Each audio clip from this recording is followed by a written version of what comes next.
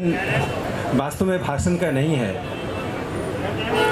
देश के हर व्यक्ति के मन में यह संकल्प होना चाहिए कि वैचारिक विभेद या किसी भी प्रकार के भेद का निदान हिंसा नहीं है। हिंसा जिस रूप में जहाँ भी जैसे भी हो रही है, उस पर एक समाज में सहमति बननी चाहिए कि हिंसा के द्वारा भारतीय समाज ना प्रगति कर सकता है, ना अपनी उस विरासत की जो देन और छवि है उसको बनाकर रख सकता है। ये तुम्हारी हिंसा, ये हमारी हिंसा का जो बंटवारा इस देश में चल रहा है और यह बंटवारा करने का काम जो छद्म बुद्धिजीवी कर रहे हैं, उन्हें आत्मालोचन करना चाहिए। हम सब भारतीय हैं। यह देश तर्क वितर्क का देश रहा है। विजयन जी, आपको मालूम नहीं होगा कि बनारस मूर्ति पूजा का केंद्र है।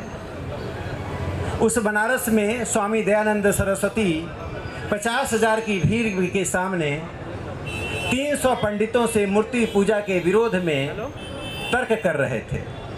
यह घटना 17 नवंबर 1869 की है। ना किसी ने उन पर पत्थर फेंका, ना किसी ने उन्हें कोई गाली दी, उन पर फूलों की वर्षा हुई। आप सुधरें। भारतीय समाज में भगवान राम का अहिंसा का संकल्प होता है, लेकिन जब समुद्र रास्ता नहीं देता है तो असहिष्णुता के प्रतीक, अहिंसा के प्रतीक भगवान राम को भी अंततः तीर उठाना पड़ता है।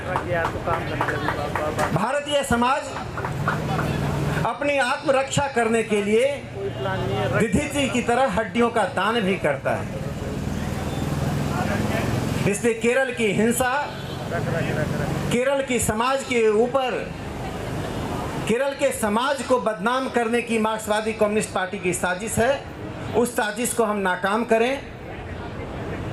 केरल भारत के सबसे समृद्ध, सबसे शिक्षित, सबसे सुसंस्कृत राज्यों में से एक है। नारायण गुरु की वह भूमि है। विजयन बाहर के लोगों से ना सीखें तो कम से कम नारायण गुरु से तो सीख लें। यदि राजेश जी की तो हत्या हो गई, Rajesh is no more, but no more Rajesh. Rajesh ji के बाद कोई दूसरा राजेश केरल में नहीं होना चाहिए। सब्र टूट चुका है, सब्र का बांध टूट चुका है। और इसी के साथ हम सभी मित्र यह संकल्प के साथ जाएं। हम आगे भी राजेश जी के लिए कार्यक्रम करेंगे, उसकी सूचना दी जाएगी। इसके साथ ही हम सब अपने संकल्प, अपनी प्रतिबद्धता, अपनी दृढ़ता के साथ हम हिंसा की राजनीति का सदैव विरोध करें। यही हमारा आज का संकल्प है। और हमारी या तुम्हारी हिंसा की बाइनरी बंद हो। संघ परिवार 2 कठिन समय का सामना किया था। 1948 में प्रतिबंध लगा। महाराष्ट्र में चित्पावन ब्राह्मणों को ढूंढ ढूंढ कर मारा जा रहा था और संघ ने सत्याग्रह का रास्ता अपनाया।